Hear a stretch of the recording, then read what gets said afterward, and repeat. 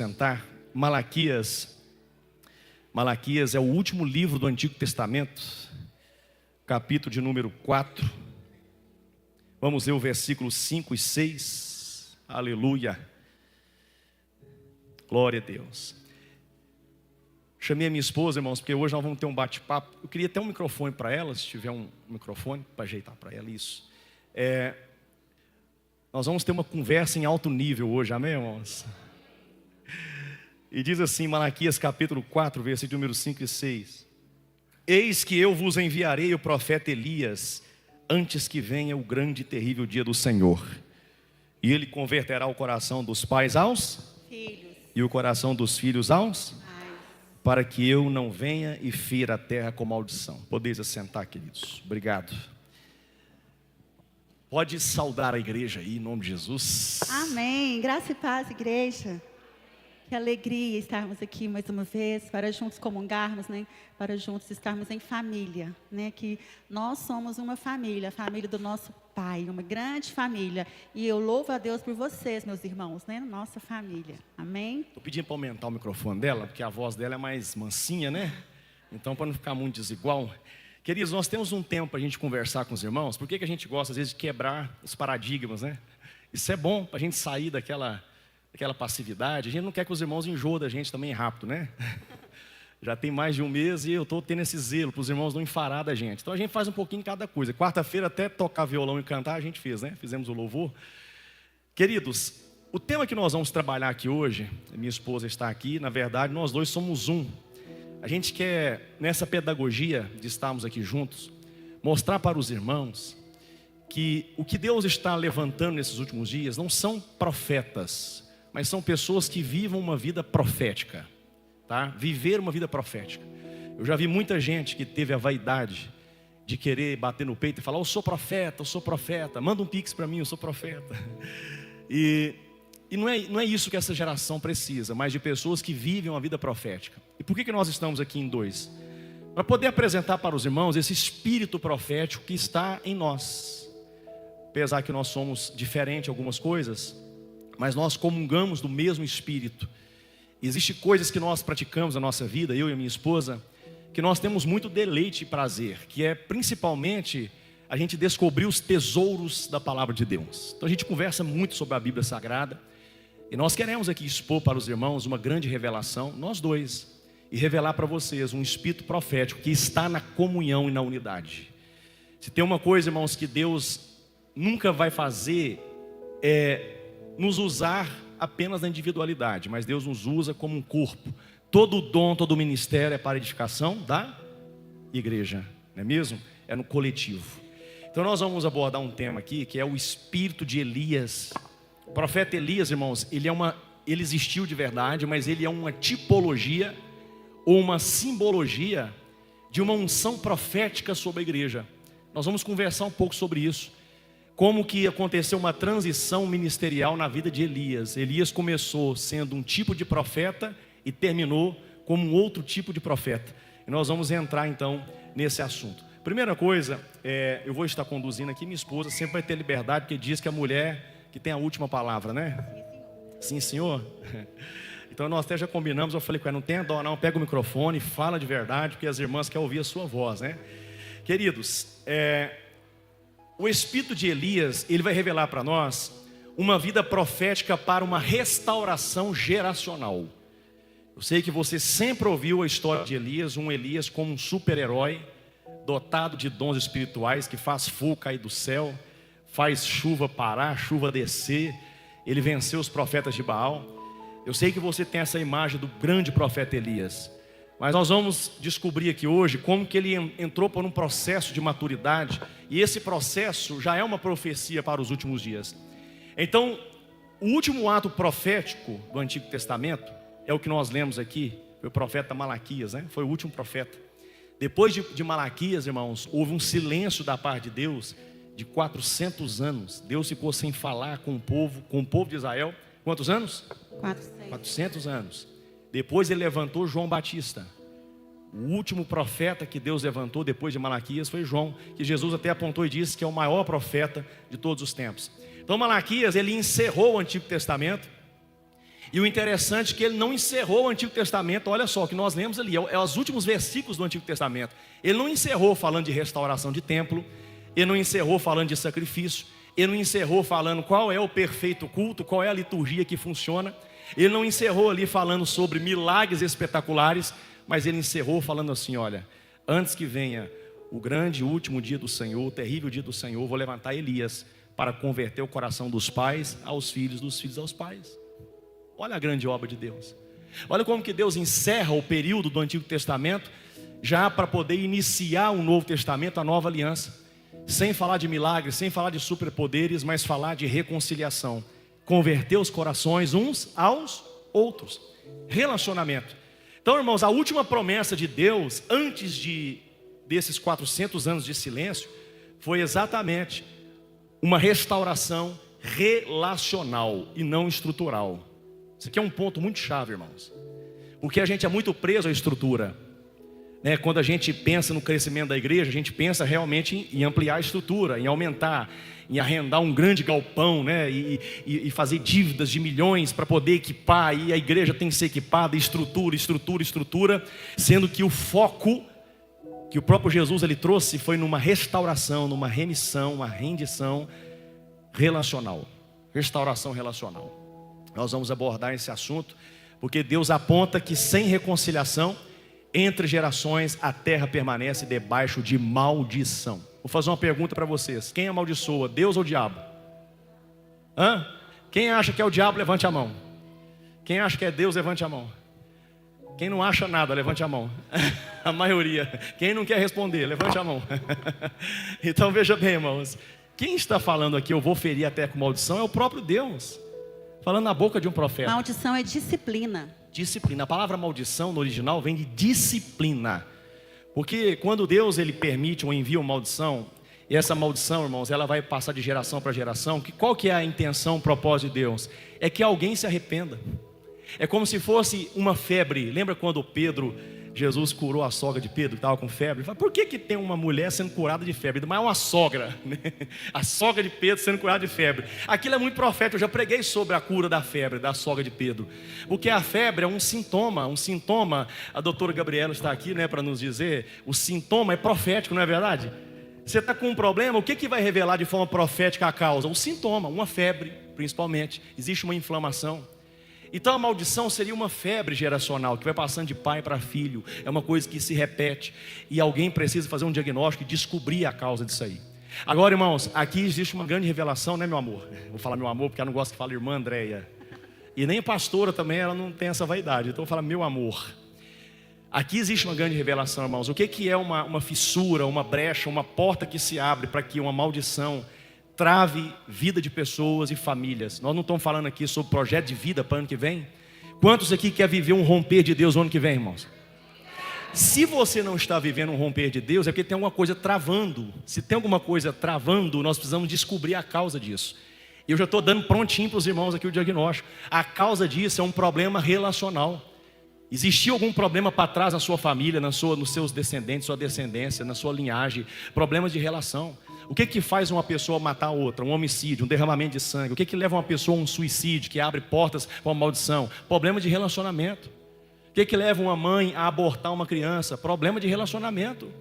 Crise de relacionamento. E isso são as portas espirituais que se abrem para, irmãos, as influências espirituais malignas. Então, antes da gente levantar a mão e profetizar que em 2026 vai acontecer milagre, nós precisamos fechar as brechas. As portas do inferno não prevalecerá contra a igreja do Senhor. Fala alguma coisa, minha querida. Te peguei, Então, né? então é isso, irmãos. A gente lida bastante com o ser humano nas suas dores mais profundas.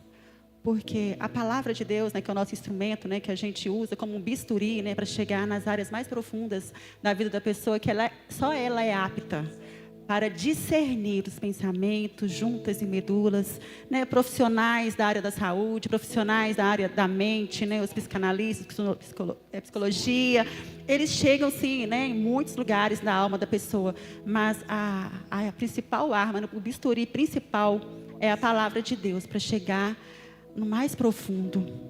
E a gente lida muito com seres humanos, assim, conversando. Não apenas um pastoreio aqui, orando aqui de cima da igreja e profetizando daqui, está tudo bem, como se fosse uma cirurgia geral. Não, é na intimidade das pessoas, na sua individualidade, nas complexidades das pessoas. E a gente percebe que o que leva realmente as pessoas a viverem uma vida de muitos fracassos, de falta de dormir, de descanso na sua alma, de fruto, são as feridas nos relacionamentos mais próximos. Porque o inimigo, ele usa as pessoas mais próximas, aquele que tem acesso ao nosso coração para abrir feridas. E as feridas abertas, elas são acessos espirituais, né, para os espíritos malignos. E ali, aquela ferida ali, como a gente tem um machucado superficial e pousa, né, os insetos, as moscas, né, no mundo espiritual é assim também. Se nós vamos manter uma ferida relacional aberta por muito tempo, os espíritos malignos, eles têm acesso. E por isso é tão importante a gente se submeter e se sujeitar ao tratamento de Deus através do Espírito Santo, que é um óleo que cura, ele é o bálsamo que realmente nos cura. E tudo faz parte de, primeiramente, nós nos sujeitarmos aos outros, né? A palavra, através de um sacerdote, através de uma autoridade, para ser curado e as feridas serem fechadas e a gente não mais viver sobre as influências espirituais malignas. É verdade. Queridos, quando a gente fala de Elias, pensa num homem realmente que foi até venerado pelo povo judeu. O profeta Elias, um ícone dos judeus israelitas, né? Assim como Davi. Bom, olha só o Davi, que interessante, abrindo um parênteses, né? Davi, ele foi um homem muito vitorioso como rei, vencia todas as guerras e batalhas. Davi, um exemplo de adorador, mas e na vida familiar? Fracasso. Olha como a destruição entrou na casa de Davi, irmãos. E ele já vinha ferido, né, de sua casa, exatamente. Né, da rejeição que ele sofria ali. Pelo que a gente lê lá em Samuel, ele não se sentava à mesa. Alguns acreditam que ele era até filho bastardo, né? Por isso que ele não podia sentar na mesa. Então é que o profeta Samuel falou, não, ninguém vai comer enquanto ele não chegar. Exatamente. Né? E o pai, ele mencionou todos os outros filhos ali, Eliabe, né? E todos os outros ali, os homens altos, né? Lá do Bope, lá de Saul, né? Do exército de Saul lá. Mas aí Samuel ficou assim, e Deus falando, não é esse, né? Porque Samuel estava vendo o quê? O estereótipo, né? De guerreiro, aparência. E Deus falando que Samuel, não é esse, né? Você está vendo como o homem vê, você está vendo só a aparência, né? Mas eu vejo o coração. Aí Samuel, mas Jessé, não tem mais nenhum, acabou seus mancebos, acabaram seus filhos. Aí que ele se lembrou. Tem o Davi, está lá no campo pastoreando. Então ele já carregava, né, lá da sua casa original, né, essa ferida de rejeição. Ele não recebeu ali o afeto e depois ele não conseguiu depois passar também esse afeto relacional para os seus filhos. E o que aconteceu lá na casa de Davi? Grandes coisas horríveis, né? Um irmão pegou a outra irmã, o outro foi e vingou aquele assassinato, e depois o filho se levantou contra Davi, querendo tomar o trono dele. Foi uma baderna naquela casa. Então, queridos, veja bem, olha só, do que adianta a gente orar, pedir a Deus dons espirituais? Do que adianta a gente fazer seminário, teologia, se o mais importante, que é o que vai nos resguardar dos ataques do inferno, é uma família na presença de Deus, estruturada, curada, abençoada. Elias, profeta Elias, que foi mencionado até pelo Tiago, apóstolo Tiago. O apóstolo Tiago falou que Elias também era um homem sujeito às paixões, assim como nós. Teve uma crise emocional. Elias teve uma crise ao ponto de pensar em morrer, de perder a própria vida. Profeta Elias, irmãos. Exatamente, acabou de sair de um duelo e foi vitorioso, porque ele desafiou os profetas, 450 profetas, acho que é isso mesmo. Exatamente, ele fez um desafio aos profetas de Baal, porque o povo de Israel estava também, uma boa parte, venerando a Baal. Então ele falou, vamos resolver qual que é o Deus verdadeiro. O Deus verdadeiro vai responder. E aí ele permitiu que os profetas de Baal fizessem o culto deles, a liturgia deles. Eles fizeram lá, né, o vuduzinho, a macumbazinha deles lá, e fazendo o dia inteiro. E o profeta, retaliando, né, se sacrificando, se cortando, se automutilando, né? E de repente, irmãos, o que aconteceu? Foram envergonhados. E Baal não respondeu, porque Baal nunca existiu. Nunca existiu. Mas o Deus verdadeiro, o Deus de Israel, quando o profeta Elias foi lá e ele arrumou, diz a palavra que ele arrumou as pedras, o altar, derramou água, né? Restaurou o altar. E quando ele ora e clama a Deus, Deus envia o fogo, Deus responde, irmãos. Deus respondeu. Amém?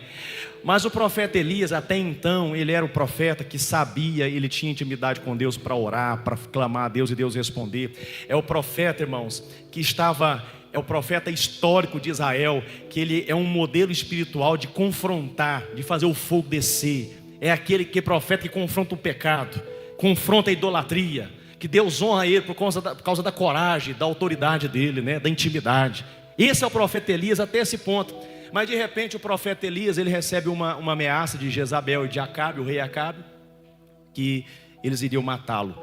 E diz a Bíblia, irmãos, que ele foge. Ele vai para uma caverna, naquela caverna Deus vai até ele, Deus chama ele pelo nome, Deus fala com ele e pergunta para ele: por que você está fazendo? O que você está fazendo aí? Aí não é o seu lugar. Ele estava esperando a morte, ele deitou debaixo de um pé de zimbro. Pediu a morte. Ele pediu a morte, ele queria morrer de fome, falou: vou ficar aqui que eu estou com fome, cansado. Deus enviou o corvo para poder alimentar ele.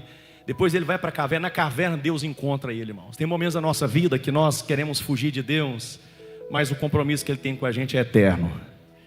O amor que Ele tem por você, irmã, irmão, é um amor que nunca vai acabar. Às vezes a gente tenta fugir dele, mas Ele vai atrás da gente, pega a gente pela orelha e fala: sai daí, aí não é o seu lugar.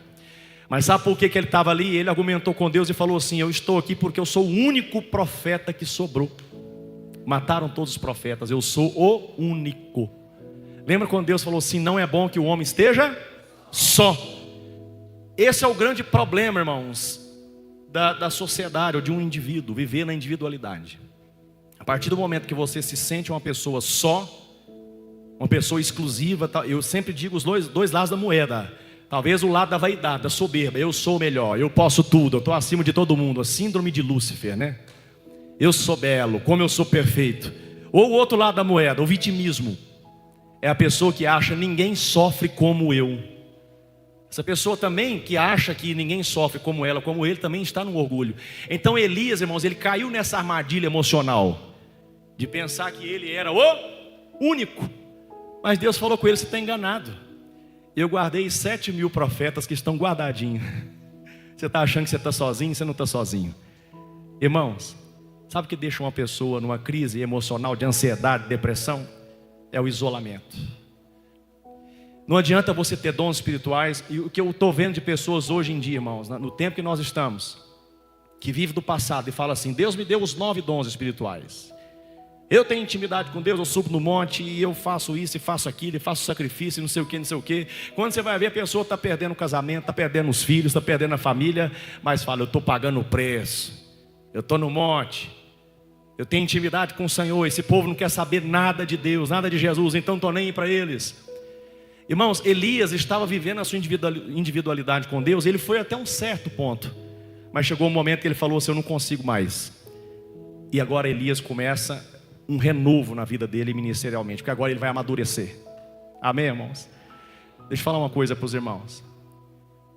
Talvez você sempre fez a coisa certa e entrou numa crise. A crise, ela é favorável para a sua vida, porque a crise vai te empurrar para um nível mais alto de maturidade. Elias enfrentou uma crise, irmão. Sabe por quê? Ele estava passando por um processo de renovo diante de Deus. Ia nascer um novo ministério de Elias. Quem aqui já passou crise? Eu já passei. Quem aqui já passou, irmão? O nosso casamento já passou crise. Nos 2 primeiros anos, diz que o negócio é terrível, né? Se você passou os 2 primeiros anos do casamento, você vai embora, filho. Né? Então assim, antes de casar é aquele negócio: pega fogo debaixo d'água, né? Não vejo a hora de casar, meu Deus do céu. Olha o mulherão que eu arrumei, Deus é bom demais. E aquela coisa, né? E fica vigiando para não pecar, para não errar. E aí casa e tira aquelas fotos maravilhosas e fala: vai ser bênção demais. Daqui a pouco começa a vir a crise. Geralmente a crise começa por onde? Pelo homem ou pela mulher? Vamos fazer uma votação aqui.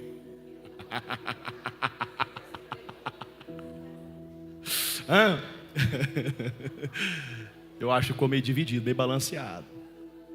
Mas o meu caso, né? Acho que foi mais do seu lado, né? Você entrou numa crise. É porque a gente fica iludida, a gente está casando com um príncipe encantado, né? Que a gente assiste filme, né, romântico, e acha que existe, né? Mas você vê que não tem nada disso na prática, na realidade. Não existe. Para as meninas que estão solteiras aí, gente, não existe príncipe encantado. É ferro e ferro se afiando. Realmente, é orgulho sendo quebrado todo dia. É assim. É O verdade. Senhor usa o casamento para tirar do nosso orgulho. Porque, Muito gente, orgulho. senão não permanece, não. Eu aprendi no seminário, irmão, sabe o quê? Que o casamento é um instrumento de Deus como o machado. Aquele machado que eles estavam fazendo na casa dos profetas, né? Foi com o profeta Eliseu. A casa dos profetas, e de repente quem estava com o machado emprestado, o cabo soltou do ferro e o ferro caiu lá para dentro. E o machado era emprestado, né? Então eles vão até o profeta fala e joga o cabo lá na água. Jogou o cabo, o ferro subiu e entrou um dentro do outro. Então, o casamento é assim. Tem um que vai ser, a natureza dele é de ser ferro, o outro é a natureza de ser madeira. O ferro, segundo a natureza dele, ele não pode boiar numa água, né? A madeira pode, o cabo de madeira pode. Mas aquele dia aconteceu um milagre, o ferro teve que boiar. Porque para um casamento ser restaurado, tem que haver uma mudança de natureza em nós, irmão.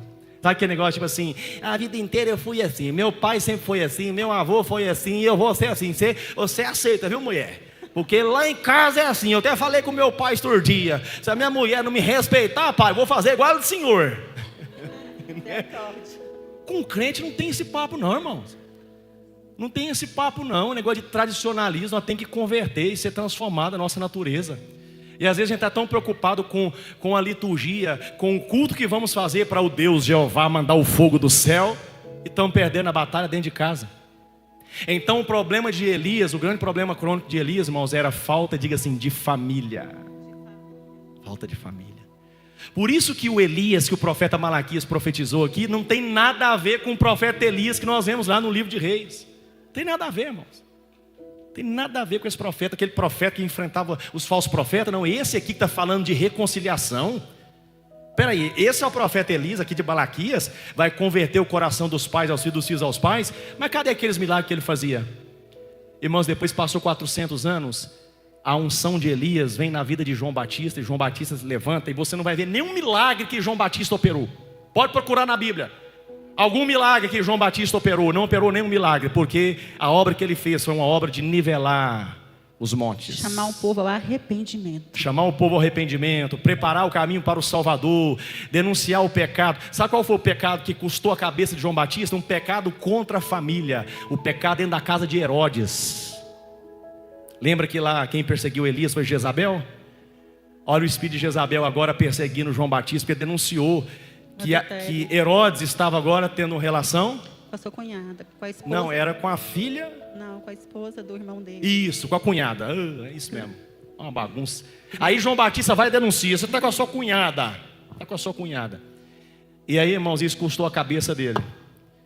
O que João Batista estava denunciando? Denunciando exatamente o pecado que destrói família. Prostituição, imoralidade. Só que quando ele denuncia esse pecado, ele está batendo de frente com quem? Com o espírito de Jezabel.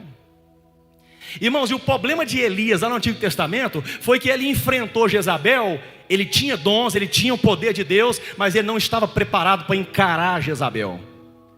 E na vida espiritual, irmãos, quando a gente fala de batalha espiritual, né, irmão Pablo? A gente sempre conversa sobre batalha espiritual. Vou falar uma coisa. Quantas vezes, irmãos, eu vejo o demônio agir na vida de pessoas dentro da igreja. Mas a gente só pode bater de frente com o demônio quando você está revestido. Tudo tem a hora certa. Jesus falou assim: vocês vão pisar na serpente, nos escorpiões. Se você vê um escorpião com um ferrão para cima, se tiver descalço, você tem coragem de pisar nele? Quem tem coragem? Porque com a mesma força que você vai pisar num escorpião, é a mesma pressão que o ferrão dele vai entrar para dentro do seu pé e vai te matar envenenado. Vai pisar na cabeça de uma serpente descalço para você ver. Agora se tiver com uma botina feita de pneu de caminhão, você vê a bichinha lá, você pisa na cabeça dela, morre, praga. Não é verdade? Porque você está revestido. Agora, irmãos, a gente quer batalha espiritual. Eu já conheci muitas pessoas que falam: meu negócio é batalha espiritual, eu gosto de enfrentar o diabo. Aí a hora que você vai ver, a casa da pessoa sendo destruída. Por quê? Sem retaguarda, né? Não tem ministério sem você preparar a sua base, que é a família. Não adianta ficar ansioso, igreja. Pastor, que dia que o senhor vai me dar oportunidade? O dia que você restaurar a sua casa, a sua família. Eu não quero te colocar na linha de fogo para o diabo te derrubar. Não adianta, irmãos, a gente colocar uma pessoa porque tem talento, tem vocação, mas está despreparado. Então o profeta Elias, irmãos, ele teve que passar por uma crise para ele entender uma coisa: eu preciso de família. Ah, mas o profeta Elias teve que arrumar uma mulher? Não. No mundo espiritual, irmãos, a família não significa você arrumar uma mulher, você ter filhos. A família no mundo espiritual, Jesus um dia explicou, quando a mãe dele foi lá, Maria, foi atrás dele, ele estava numa casa pregando, e tinha uma multidão, aí foi Maria e os irmãos de Jesus. E diz Marcos que eles foram para amarrar Jesus, levar Jesus embora, porque ele não estava comendo, o menininho da Maria não estava comendo, né? O menininho bonitinho, Jesus, não estava comendo, não estava tomando banho. Eu vou lá pegar meu menininho, vou amarrar ele. Vão lá, chamou os irmãos de Jesus, vão amarrar ele e levar ele embora para casa. Ninguém para esse menino. Chegou lá, falou: Jesus, a sua mãe e seus irmãos estão aí fora. Ele falou: quem é minha mãe e meus irmãos? Senão aqueles que fazem a vontade do Pai. Jesus está dizendo: existe uma família, mas a minha família são aqueles que estão no mesmo propósito que eu estou vivendo, que é fazer a vontade do meu Pai. Então Elias precisava arrumar uma família espiritualmente. E quem seria essa família, irmãos? Quem seria essa família? Seria exatamente o seu sucessor. Qual é o nome do profeta? Sucessor? Eliseu. Profeta, vamos dizer todo mundo em sua voz? Profeta? Eliseu. E aí, irmãos, Deus fala com ele: olha, sai dessa caverna, porque ainda existe uma missão para você. Você precisa ungir um rei. Você precisa, na verdade, ungir 2 reis e ungir um profeta. Por que isso? O profeta seria Eliseu. Elias, irmão, Eliseu, na verdade, agora, ele tem uma simbologia de filho, como filho de Elias. Elias teve que adotar, o espírito de adoção, Eliseu, para agora discipular ele e tornar ele um filho. Elias falou com Eliseu assim: olha, se você me ver subir, você pode me pedir qualquer coisa. O que você quer? Ele falou: eu quero porção dobrada do seu espírito. No original, o que é porção dobrada? Diga assim: herança. Herança. Agora eu te pergunto, quem pode receber herança se não for um filho? Então a condição é: Eliseu, você só pode receber o que está em mim, a herança que está em mim, se você se tornar de verdade o meu filho. Quem está me entendendo, irmão? Sabe o que curou Elias, para depois Deus levar ele numa carruagem de fogo? Quando Elias começou a parar de se preocupar com os inimigos lá fora, e começou agora a preparar os de casa. Por isso que o profeta Malaquias falou: vou levantar Elias, para ele converter o coração dos pais aos filhos. Olha Elias como pai, convertendo o coração ao filho, Eliseu. Agora a condição de Eliseu: se você me seguir, se você me ver, você vai receber, porque agora o filho tem que converter o coração ao pai. E Elias, às vezes, até de uma forma, até você falou, né? Uma forma ríspida. Como é que ele falava com Eliseu? Não, fica meio seguindo, não. Deixa pra lá. Ele não tinha paciência, né? Então Elias teve que trabalhar a paciência dele com o seu sucessor. Eliseu tinha que ficar insistindo para receber dele instrução. Elias, a gente vê que ele era um profeta bem rústico, né? Bem rude, ríspido, bem durão. Verdadeiro profeta mesmo. E ele não tinha paciência. Não tinha carisma nenhum. Para relacionar. É verdade. O problema dele era relacionamento. Como profeta, nota 10. Orava, parava de chover. Orava, voltava a chover. Fazia fogo descer do céu. Mas relacionamento, no final da vida dele, teve que aprender a relacionar, irmãos. Essa é a nossa grande questão, é nos relacionar. E Jesus, né, quando ele veio nos ensinar a relacionar. A principal mensagem, quando ele começou ali no Sermão do Monte, né, ele veio ensinar não mais a lei rústica, rude, com tantos 600 e tantos incisos e ordenanças, porque só mandamento seco, regras, sem amor relacional, não adianta. E Jesus começou ali, Mateus 5, né? Se te pedirem emprestado a túnica, se te pedirem a túnica, dá também a capa. Se te obrigarem a andar 1 milha, anda 2. Então, ele veio nos ensinar então, a relacionar, exatamente, porque a gente sabe, a religião judaica, o velho odre, eles sabiam muito bem de regras, liturgias e mandamentos, mas não tinham afeto, não sabiam relacionar, e Jesus, próprio amor, o amor encarnado, Deus, ele veio nos ensinar, nos trazer de volta a família, a ceder, a relacionar. Toma, você quer a capa? Toma também isso. É assim que a gente vence o mal, é fazendo o bem. Irmãos, e o judeu, os israelitas, eles praticavam o devocional cerimonial. Então tinham festas, sempre muita festa, né? Muito zeloso em cada detalhe dos ritos, dos dogmas, dos costumes, muito zeloso. Tudo que ia fazer, vai comer, tem que lavar a mão, tudo certinho. E aí de repente Jesus começa a quebrar alguns protocolos, alguns paradigmas, né? Começa a quebrar. E de repente eles começam a ver que Jesus, ele estava ali para fazer uma revolução. Jesus não veio para fazer uma revolução, ele veio para fazer uma restauração. Qual a restauração que Jesus veio fazer, irmãos, e veio trazer para nós? Uma transição de, ao invés de você focar em um devocional de liturgia e cerimonial, o devocional agora é relacional. Qual foi a transição que Jesus fez para nos levar num nível de maturidade espiritual, irmãos? Diga assim: devoção cerimonial para devoção relacional. Qual é a verdadeira devoção que Deus quer ver em nós? Relacional. Que é a mais difícil. Que é a mais difícil. Destruir os profetas de Baal, isso é fácil. Orar para o fogo cair do céu, isso é fácil. Irmãos, a gente fazer uma campanha de 40 dias de jejum, isso é fácil. Fácil, pastor? Misericórdia. Difícil. Fácil em relação e comparação a você ter que amar o seu inimigo. A perdoar. A perdoar.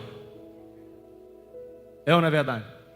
Se Deus falar com você assim: eu não quero nenhum minuto de jejum da sua parte, eu quero que você, como Ele falou com muitas pessoas, deixa a tua oferta aqui, vai consertar com quem você tem ofensa, depois você volta e pratica o seu culto.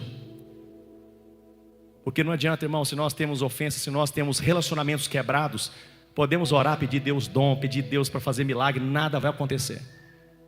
Agora, a partir do momento, irmãos, que a gente sair desse nível e ir para um outro nível, né? Porque Deus ele falou com Elias: você agora tem uma missão relacional, vai ungir Azael, ungir Jeú, os dois são reis, inclusive um desses dois reis aqui nem era israelita, você vai ungir eles, você vai até eles, e vai ungir a Eliseu como profeta no teu lugar. Sujeição, você vai ter que descer. Lembra que Jesus, ele ensinou antes da partida dele, irmãos, da ceia, da morte dele, e lavou os pés dos discípulos, se sujeitou. Quando Jesus, vou levantar um pouquinho aqui, pode, a perna está adormecendo, ficando velho, né? Oh, meu Deus, não dou conta de jogar bola mais.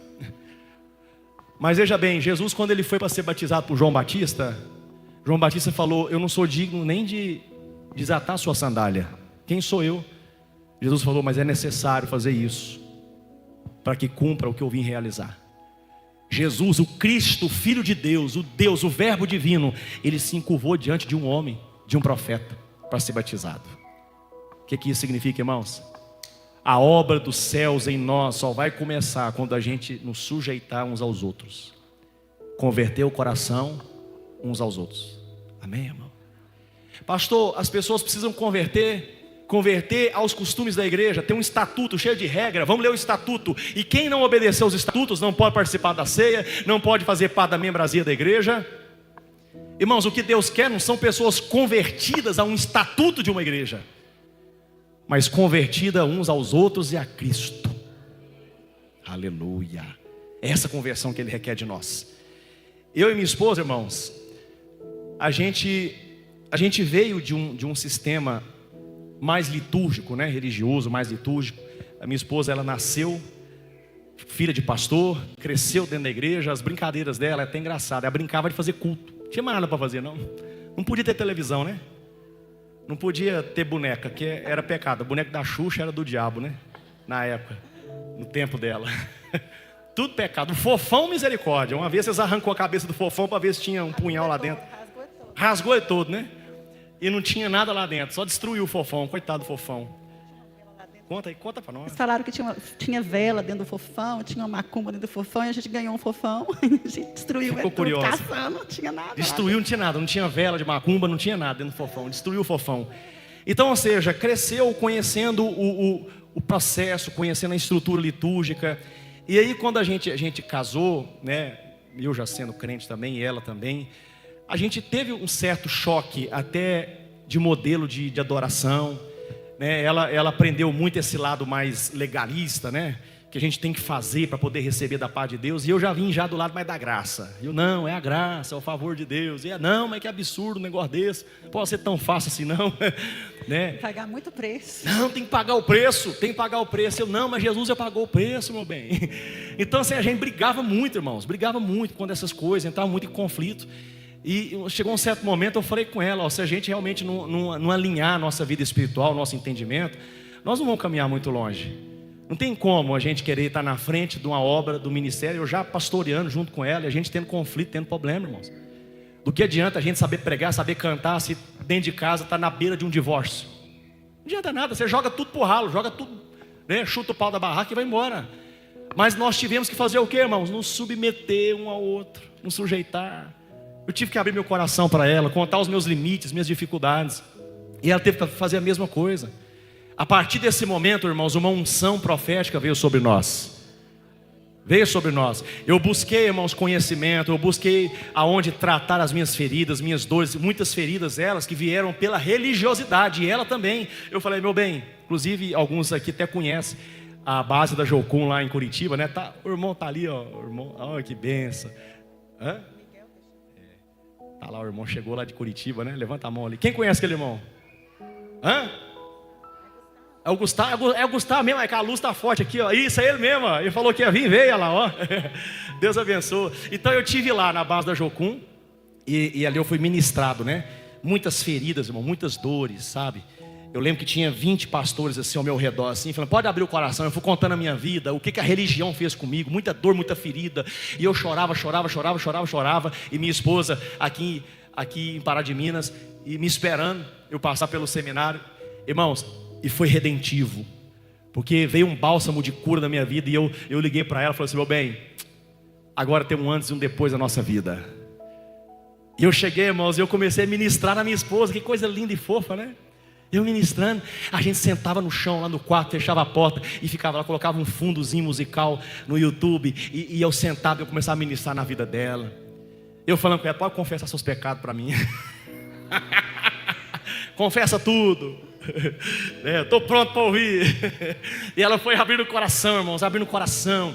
Sabe, eu falando assim, não me veja como seu marido, não. Me veja como um irmão em Cristo. Eu estou aqui para te ajudar, porque o Senhor me curou. E ali eu fui ministrando na vida dela. Ela tinha muita timidez, né? E eu sempre incentivo ela. Falo, não, você é capaz. Você também vai ministrar, vai pregar. Então a gente faz um trabalho de atendimento. A gente sempre atende pessoas, eu e ela juntos. E existe muitos testemunhos, irmãos, de pessoas que foram curadas de depressão, pessoas que foram libertas. Tem pessoas, irmãos, a gente atendeu um casal que eles viviam debaixo de uma maldição, a vida travada, a filha estava em depressão. Nós atendemos a filha e Deus, eu comecei a orar, Deus me revela o que está acontecendo com essa moça. Ela não saía do quarto dela, irmãos, não saía do quarto.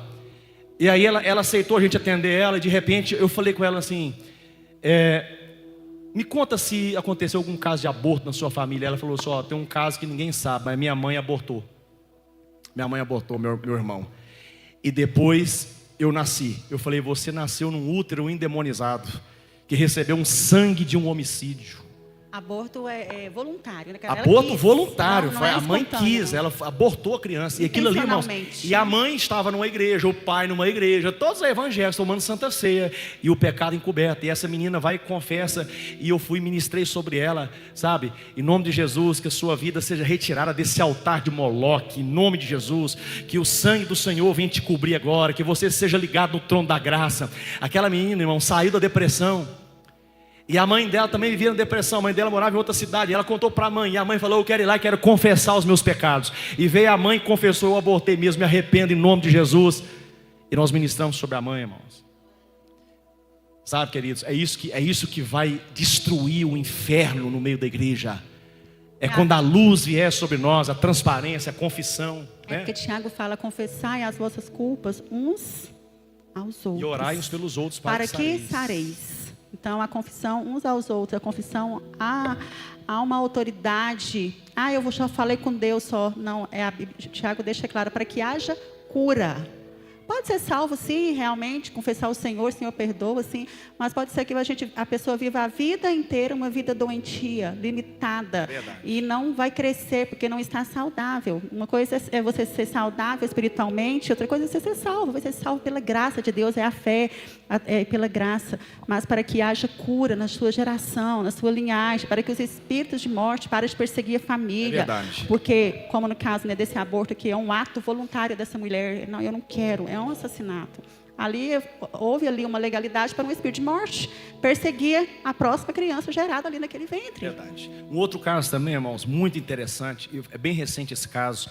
Uma irmã da Assembleia de Deus, ela tem um filho, esse filho caminhoneiro. Esse filho direto acontece acidente com ele, já foi tirado de dentro das ferragens, o caminhão pegando fogo, ele é apagado, desacordado, e alguém tirou ele de lá. Ele ia morrer queimado, carbonizado. O filho alcoólatra, dependente químico, caminhoneiro. Olha só o risco para os irmãos verem. O cara é caminhoneiro ainda, alcoólatra e usuário de droga. Rapaz novo, inteligente, inteligentíssimo. E aí um dia a gente foi convidar para ir no aniversário do netinho dela. E a gente na mesa, e ela falou: seu pastor, eu tive um sonho com meu filho. E ele estava amarrado, tinha 3 cordões amarrando ele. Ela falou: eu acho que é a sogra dele. Eu acho que a sogra dele fez macumba. Ela falou: Deus me mostrou isso. Eu falei: irmã, não é a sogra não, irmã. Não bota a culpa na sogra não. Eu falei com ela: olha, existe alguma coisa que aconteceu enquanto ele estava no ventre da senhora. Aí ela parou. Eu falei: irmã, me fala aqui, quando a senhora teve a notícia que a senhora estava grávida dele, qual foi a sua reação? Aí ela gaguejou, irmãos.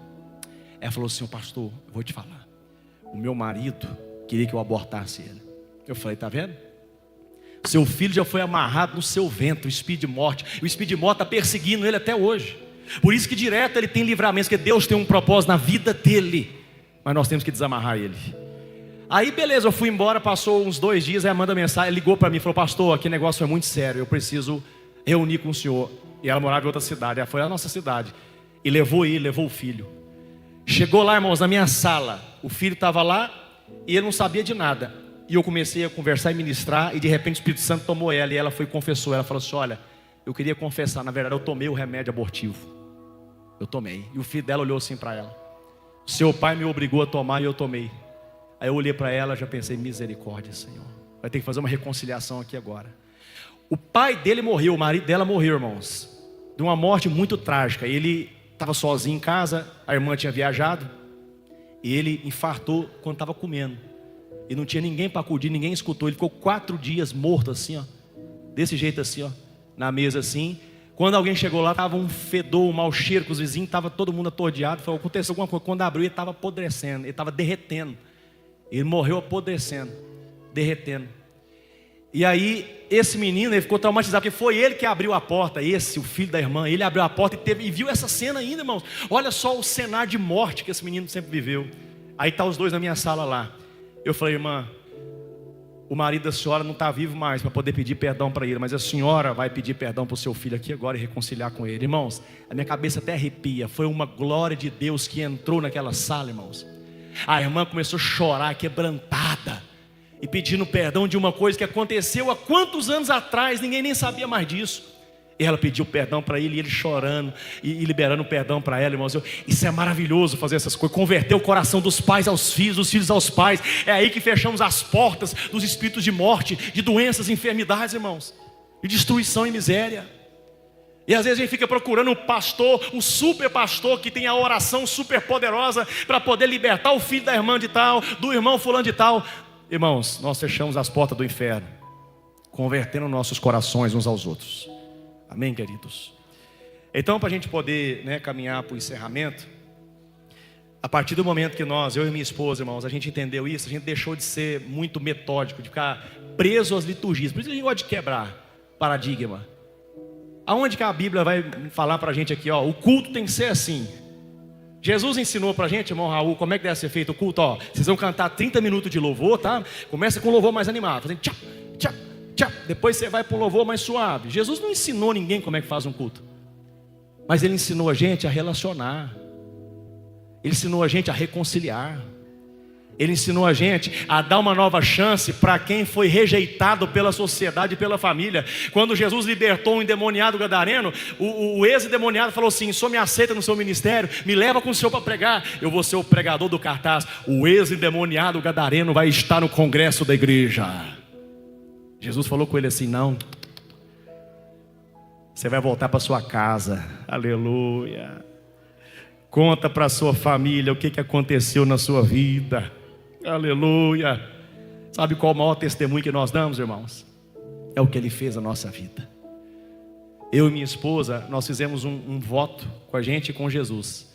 Nós somos testemunhas de que casamento dá certo, e casamento pode ser uma bênção nas mãos de Deus, se os dois se sujeitar um ao outro, se sujeitar a Cristo. Irmãos, existe uma unção profética de Elias sobre nós, sobre a minha vida, sobre o meu casamento, para a gente poder proclamar a restauração familiar. Eu sei que a maioria dos irmãos aqui tem problema, teve problema de família. A Bíblia é recheada de famílias problemáticas, de pessoas que tiveram problemas. Você não é diferente de ninguém. Isso é normal. Mas a Bíblia também fala de um Deus que restaura a família. Aleluia, aleluia. Irmão, se tem uma unção de Elias nesses últimos dias sobre nós, para que possamos converter os corações uns aos outros, porque o Senhor vai trazer um avivamento no seio da igreja. O avivamento, irmãos, que está por vir nesses últimos dias, será um avivamento de maturidade, irmãos, aleluia. Nós não estamos precisando mais de ver paralítico andar, cego ver. Estamos precisando de ver pessoas quebrar o coração endurecido, de pedra, e pedir perdão. É esse o milagre que precisamos ver. Nós estamos precisando de ver, irmãos, os maiores milagres nesses últimos dias, é o marido procurando a esposa e falando: me perdoa, meu amor, me perdoa, você é a única mulher que eu tenho na minha vida, sempre será. Nós estamos precisando de ver, irmãos, os pais procurando os filhos e falar: meu filho, eu te amo, não vou jogar você para fora, eu não vou colocar você para fora de casa, eu te amo. Amém, queridos?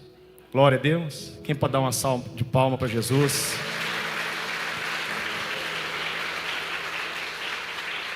Os filhos têm que ser referência, né? Como que os filhos podem ser referência? Observando os pais. Os pais. Filhos não fazem o que a gente fala, eles fazem o que a gente faz. Eles repetem comportamentos, aprende com as nossas atitudes, não que a gente fica blá blá blá blá blá blá, não adianta nada se a nossa vida está fazendo tudo o contrário. É verdade. Né? Então, o que prega realmente é a nossa vivência, é a nossa vida diária, não um personagem aqui na igreja, igual, né, há muitos casos, as pessoas têm uma performance muito eloquente, muito boa nos palcos, nos púlpitos, mas às vezes essa eloquência é só um teatro, e na sua vida relacional não existe afeto, não tem congruência, não né? existe perdão, existe muita grosseria, muita hostilidade, feridas intencionais. Verdade. Então o que prega realmente é o nosso relacionamento. Nós já conversamos, irmãos, e tratamos já uma moça, uma irmã, inclusive ela é do Rio de Janeiro, que cresceu também numa igreja pentecostal. O pai era presbítero da igreja, Profeta. profetizava, rodava na igreja. Todo mundo, sabe, admirava o homem. Mas ele chegava em casa e tratava a filha como um menino. Botava ela para fazer serviço de servente de pedreiro. Ele era pedreiro e ela tinha que ser moça nova, servente de pedreiro. Tratava ela como um rapazinho, judiava dela. E se não bastasse tudo isso, tentou abusar dela. Agredia as duas. Agredia ela e a mãe. As duas traumatizadas. Ele morreu. Não sei para onde que foi. Talvez está lá no purgatório. Não existe purgatório não, tá, irmãos? Mas veja bem, traumatizada, problema de ansiedade, crise de ansiedade, bipolaridade, irmãos. Quantas vezes ela queria botar fogo na roupa do marido? E o marido: ô pastor, me ajuda, minha mulher me botou para fora. Ela aprendeu isso. Aprendeu. Ela performava muito bem na igreja, né, também, né, ela tinha um talento, né, para cantar, canta muito, mas em casa, realmente, ela repetia o padrão que ela cresceu, de agressividade em casa. Em casa era aquela... Descontava no marido. Tudo que ela recebeu do pai, ela descontava no marido. Então ela achava assim que era normal. Não, meu pai profetizava na igreja e falava em línguas o tempo todo e profetizava, chegava em casa, era outra pessoa. Então ela também se comportava dessa mesma forma. Até que o marido não estava aguentando mais, né? Então a pessoa vive uma vida dúbia. Eu até lembro de uma passagem de Jacó, quando o pai Isaac está cego e Jacó queria tomar a bênção de Esaú, do seu irmão. E ele negociou com o irmão, ele matou um animal, colocou o pelo do animal no braço, porque Esaú era muito peludo. Então ele chega lá para o pai e fala: pai, me abençoa, já é dito o Senhor me liberar a bênção sobre a minha vida. Aí Isaac falou assim: engraçado, a voz é de Jacó, mas o braço é de Esaú. O cheiro também? O cheiro é de Jacó. Eu acho que é isso mesmo, né? Eu sei que aquilo representa, irmãos, uma vida dúbia, né? Uma duplicidade. A gente é uma coisa aqui na igreja e dentro de casa é outra coisa. Irmãos, quantos aqui quer tomar uma decisão de que a partir de agora nós vamos endireitar as nossas vidas diante do Senhor? Nós vamos levar a bênção para dentro da nossa casa. Eu estou aqui como referência. Irmãos, eu quero pregar para vocês aqui, minha esposa, muito mais com a nossa forma de viver, de tratar vocês, do que aqui em cima do púlpito. Pode ter certeza, a pregação da nossa vivência, a forma de viver, a forma de lidar com vocês, vai pregar muito mais do que as nossas palavras que nós ministramos aqui em cima. Amém, irmão? Recebereis poder quando ouvir sobre vós o meu Espírito e ser-me-eis testemunhas. Amém. O Espírito Santo está sobre nós para a gente ser testemunha nessa terra, irmãos. Viver uma vida profética, irmãos, é encarnar a profecia, é a palavra estar viva dentro de nós, irmãos, aleluia. Os nossos filhos têm que olhar para nós e falar: eu creio em Deus, porque eu vejo Deus no meu pai, na minha mãe, no casamento do meu pai com a minha mãe. Eu vejo fidelidade, eu vejo amor, eu vejo lealdade, aleluia. É isso que é o avivamento, irmãos, para os últimos dias. Amém, queridos? Levante a sua mão direita, eu quero orar. Aumenta esse fundo aí, irmão. Eu vejo que na igreja, graças a Deus... Abaixa a mão que ela vai falar, você que manda.